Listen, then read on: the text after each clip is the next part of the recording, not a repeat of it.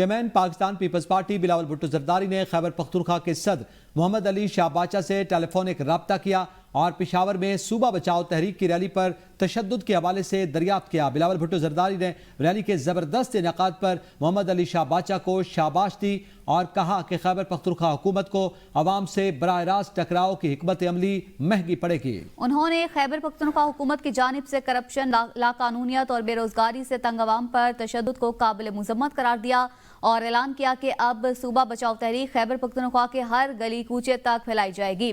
बिलावल भुट्टो ने पेशावर में सूबा बचाओ तहरीक की रैली पर तशद्दुद के हवाले से दरियाफ्त किया। बिलावल भुट्टो ने रैली के जबरदस्त इनेकाद पर मोहम्मद अली शाहबाचा को शाबाश दी। वज़ीर आला खैबर पख्तूनख्वा अली अमीन गंडापुर ने कहा है कि एहतजाज सियासी जमातों का जमहूरी हक है। पीटीआई ने किसी को एहतजाज से नहीं रोका। जेयूआई के 5 जलसे हुए, हमने सिक्योरिटी दी। पीपल्स पार्टी के कारकुनों ने रेड जोन में दाखिले की कोशिश की। सिक्योरिटी एहलकारों ने SOPs के तहत शेलिंग की। उन्होंने पीटीआई के मैंडेट चोरी होने और बानी पीटीआई को बेगुनाह जेल में रखने का इल्जाम लगाते हुए कहा कि हुकूमत को हमारा मैंडेट चोरी करने पर शर्म आनी चाहिए। ठीक है, हम सियासी पार्टी है, हमें इमरान खान ने एक सोच दी है। हम खुद कहते हैं कि प्रोटेस्ट की इजाजत होनी चाहिए। हमने किसी को नहीं रोका। जेयूआई ने 5 जलसे किए हैं 15 महीनों में, हमने सिक्योरिटी दी है उनको। इस पे आप जरा देखिए, इमरान खान के ऊपर कोई केस नहीं है, बेगुनाह जेल में डाला हुआ है, मैंडेट हमारा चोरी किया हुआ है। इनको तो शर्म आनी चाहिए कि तुमने मैंडेट चोरी किया कि तुम यहाँ बैठे हुए हो। उन्होंने पहले मुल्क में मशरा लगा के इस मुल्क का तख्ता निकाला है। इस मुल्क की तबाही कब शुरू हुई है? इस मुल्क में तबाही तब शुरू हुई है जब इस मुल्क में तजर्बे किए गए मशरा लगाने, हुकूमतें गिराने और बनाने का काम तो नहीं है। जंग लड़े, अब जंग हुई है, जंग में कामयाबी अगर हुई है वेल डन, लेकिन आपका काम वो जंग लड़ना है। आपका काम ये नहीं है जो आप कर रहे हैं, तशद्दुद करो, लोगों को उठाओ, उनसे पार्टियां तब्दील कराओ। तो मुल्क के आइन के मुताबिक उनको बताए गए हैं जो उनकी डोमेन है, तो उसके बाद मुल्क में यही हालात होते हैं जो बने हुए हैं।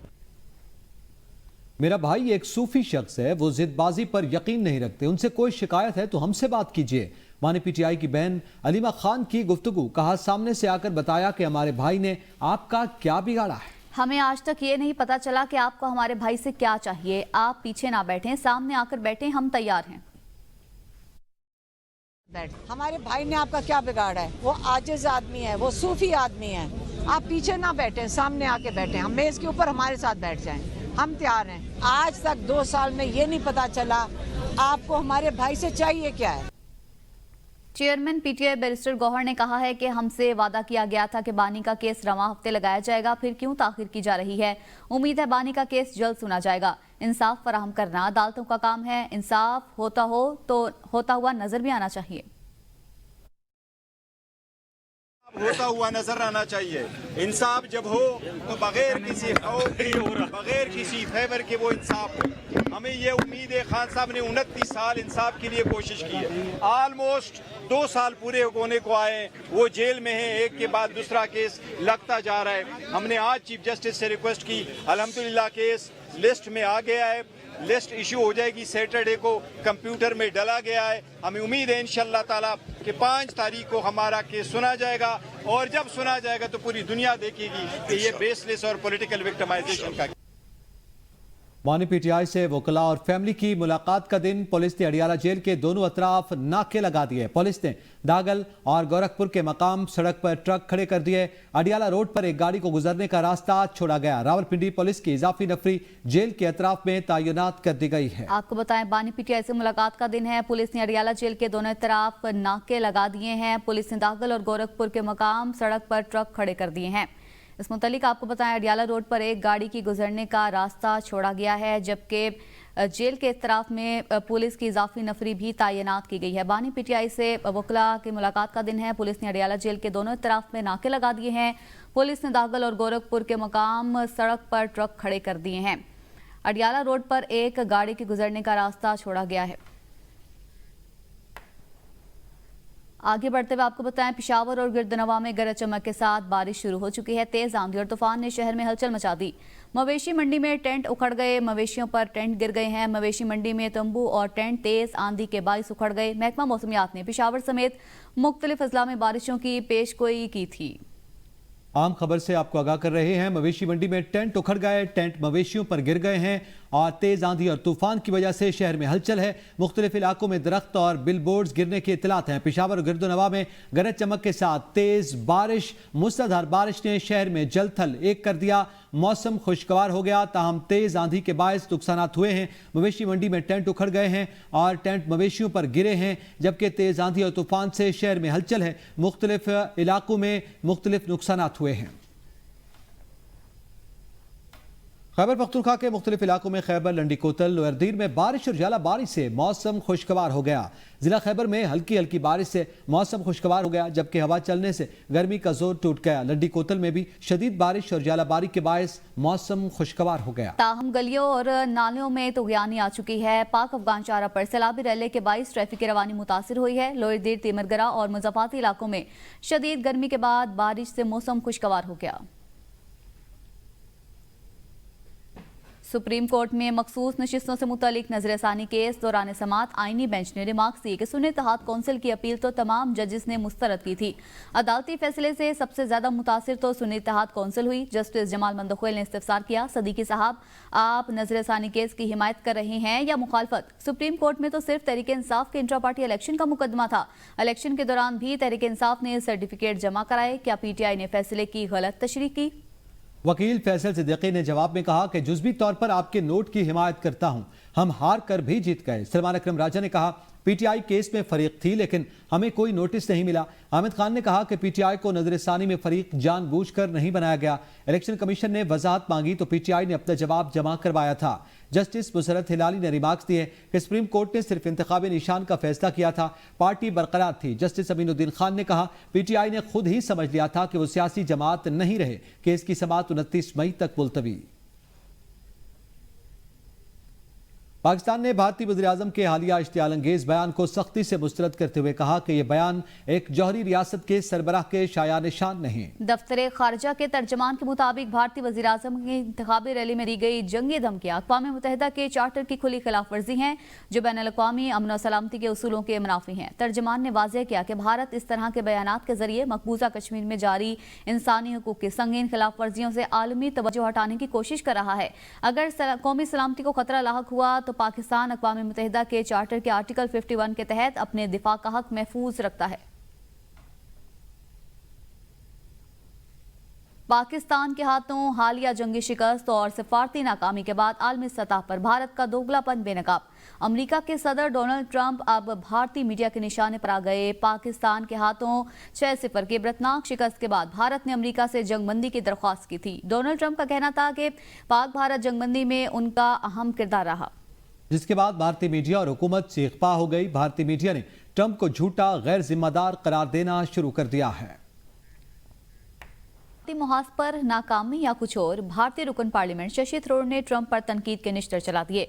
शशि थरूर ने कहा कि अमरीकी सदर में दानिशमंदाना सलाहियतों का फुकदान है। उनका कहना था कई अमरीकी सदूर से मिल चुका हूं मगर ट्रंप में वैसी खूबी नहीं, उनमें अखलाकियात नाम की कोई चीज नहीं।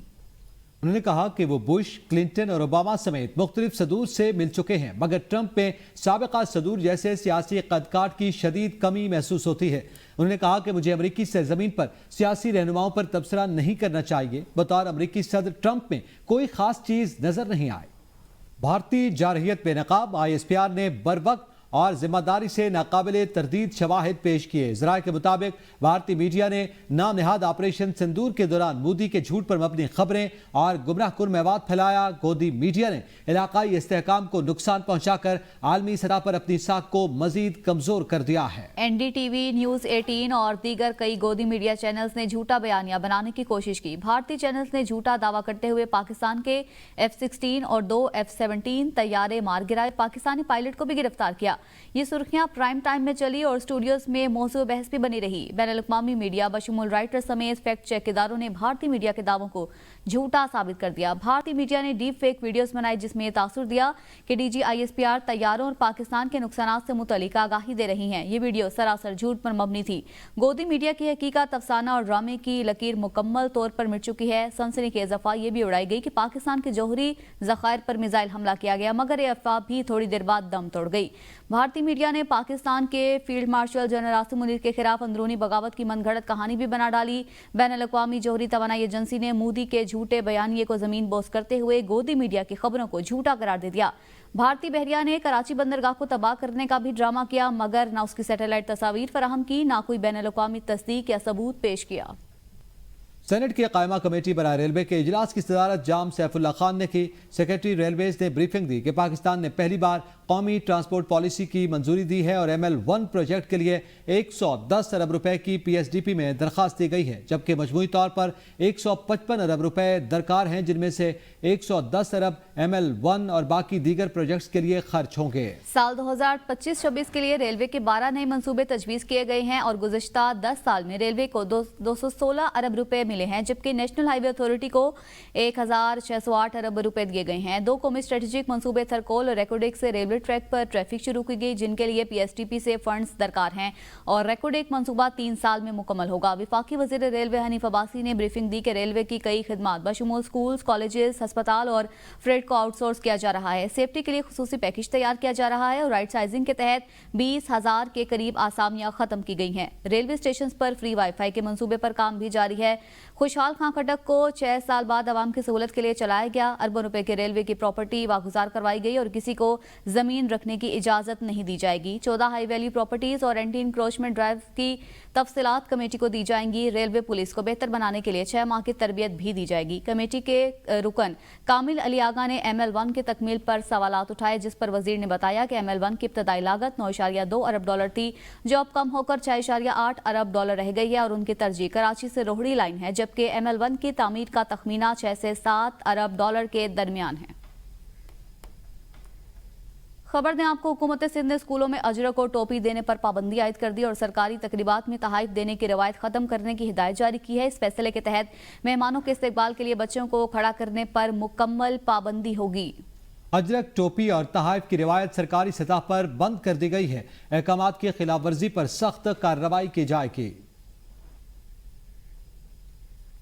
साबिक वज़ीर आज़म और पीपल्स पार्टी वस्ती पंजाब के सदर राजा परवेज अशरफ की सेंट्रल सेक्रेटरीट आमद। राजा परवेज अशरफ ने कहा कि पीपल्स पार्टी सियालकोट के ज़िमनी इलेक्शन जीतने की पोजीशन में है और PP 52 में पार्टी की तमाम तंजीमें भरपूर अंदाज में काम कर रही हैं। उन्होंने women wing, PSF, people's youth, PLF और अक़लियती विंग की कारकर्दगी को काबिल सताइश करार दिया। कहा कि 1 जून को अहले सियालकोट हमारी सियासी मुखालफिन को सरप्राइज देंगे। नाजरीन, ईद उल अजहा की आमद है। पेशावर में ईद कुर्बान के लिए मवेशी मंडियां सज गई हैं, लेकिन गाहक ना होने के बराबर हैं, जिसकी वजह से व्यापारी शदीद परेशान दिखाई दे रहे हैं। मंडी का अहवाल बता रहे हैं पेशावर से नुमाइंदा ABN मोहम्मद फयाज। जी फयाज, बताइएगा। जी बिल्कुल, ईद की आमद है और मैं इस वक्त जो है रिंग रोड मंडी में मौजूद हूँ, चूँकि ये पेशावर की दूसरी सबसे बड़ी मंडी है। एक आला मंडी है और दूसरी है रिंग रोड मंडी। इस वक्त गाहक जो है वो ना होने के बराबर है। मेरे साथ एक व्यापारी मौजूद है, उनसे बात करेंगे। सबसे बड़ी वजह तो पहली वाली ये है कि प्राइस बहुत ज़्यादा है। जो माल हम पिछले साल 2 लाख में 2,20,000 में बेचते थे, अब उसकी प्राइस तकरीबन 4 लाख 4,50,000 है। दूसरी बड़ी वजह ये है कि पंजाब से अब मालें नहीं आ रही। पहले जिस तरह के पंजाब से बहुत ज़्यादा माल, मुल्तान मंडी सबको पता है, बहुत बड़ी मंडी, वहाँ से बहुत सारा माल आता था। अब इस साल वहाँ से माल तकरीबन ना के बराबर आ रहा है। नहीं, कीमतें तो बहुत ऊपर जा रही है। ये हम लोगों ने बहुत पता भी किए, 1 हफ्ते से चक्कर लगा रहे, लेकिन लगता नहीं है कि इस दफ़ा कोई गुजारा होगा। मंडी तो हम आए 3-4 दिन से फिर रहे हैं, रेट बहुत ज़्यादा है। छोटे छोटे जो जानवर हैं उनके भी 2-2.5 लाख रुपए मांगते हैं। जी बिल्कुल, जैसा कि आपने सुना कि इनका कहना था, चूँकि इस वक्त जो है मंडी में काफ़ी तादाद में माल मवेशी मौजूद है, चूँकि लाहौर से, पंजाब से जो है वो मवेशी नहीं आ रहे। ताहम अगर इसी तरह माल जो है वो नहीं आता रहा और बंद रहा तो मंडी में मज़ीद जो है कीमतें बढ़ने का खदशा है। वज़ीर आला पंजाब मरियम नवाज शरीफ ने शाहपुर कांचरा में मुल्क की सबसे बड़ी मॉडल कैटल मार्केट का इफ्तिताह कर दिया है। वज़ीर आला पंजाब मरियम नवाज शरीफ ने शाहपुर कांचरा मॉडल कैटल मार्केट का दौरा किया। वज़ीर आला पंजाब मरियम नवाज ने मॉडल कैटल में दस्तियाब सहूलियात का जायजा भी लिया। वज़ीर आला को मॉडल कैटल मार्केट प्रोजेक्ट पर ब्रीफिंग दी गई। बताया गया कि लाहौर की शाहपुर कांचरा मॉडल कैटल मार्केट में 25,000 बड़े जानवर और 1.5 लाख छोटे जानवरों की गुंजाइश होगी। शाहपुर कांचरा मॉडल कैटल मार्केट में वज़ीर आला पंजाब मरियम नवाज शरीफ ने मॉडल कैटल मार्केट प्रोजेक्ट नुमाया कारकर्दगी का मुजाहरा करने पर शील्ड्स भी तकसीम की। हुकूमत सिंध ने कराची के बाद दीगर बड़े शहरों में भी इलेक्ट्रिक बस सर्विस शुरू करने के लिए कोशिशें तेज कर दी। सिंध के सीनियर वजीर शर्जील इनाम मेमन ने कहा कि मुस्तकबिल इलेक्ट्रिक गाड़ियों का है और हुकूमत इलेक्ट्रिक और व्हीकल सेक्टर में गैर मामूली पेशरफ्त चाहती है। एशियाई तरक्याती बैंक के एक आला सतही वफ्द ने सिंध के सीनियर वजीर शर्जील इनाम मेमन से कराची में मुलाकात की। मुलाकात में सूबे की तेजी से तरक्की पजीर ट्रांसपोर्ट सेक्टर में मुमकिन सरमायाकारी पर तबादला ख्याल किया गया। सिंध के सीनियर वजीर शर्जील मेमन का कहना था कि एशियाई तरक्याती बैंक की जानिब से सिंध के ट्रांसपोर्ट सेक्टर में दिलचस्पी को खुशाइंद समझते हैं। हमारी हुकूमत पब्लिक ट्रांसपोर्ट में इनकलाबी तब्दीली के लिए पुरअज़्म है। पायदार ट्रांसपोर्ट हमारी तरजीहात में सर फहरिस्त है। शहरी ट्रांसपोर्ट का मुस्तकबिल साफ तवानाई और टेक्नोलॉजी पर मबनी हल में है। सिंध के अवाम को जदीद, सस्ती और माहौल दोस्त सफरी सहूलियात दे रहे हैं। एशियाई तरक्याती बैंक की मुआवनत से हम अपने मनसूबों की रफ्तार में तेजी ला सकते हैं। इलेक्ट्रिक व्हीकल सेक्टर में तेजी से काम करना चाहते हैं। कराची के बाद दीगर बड़े शहरों में भी इलेक्ट्रिक बस सर्विस का दायरा कार बढ़ाने का इरादा है।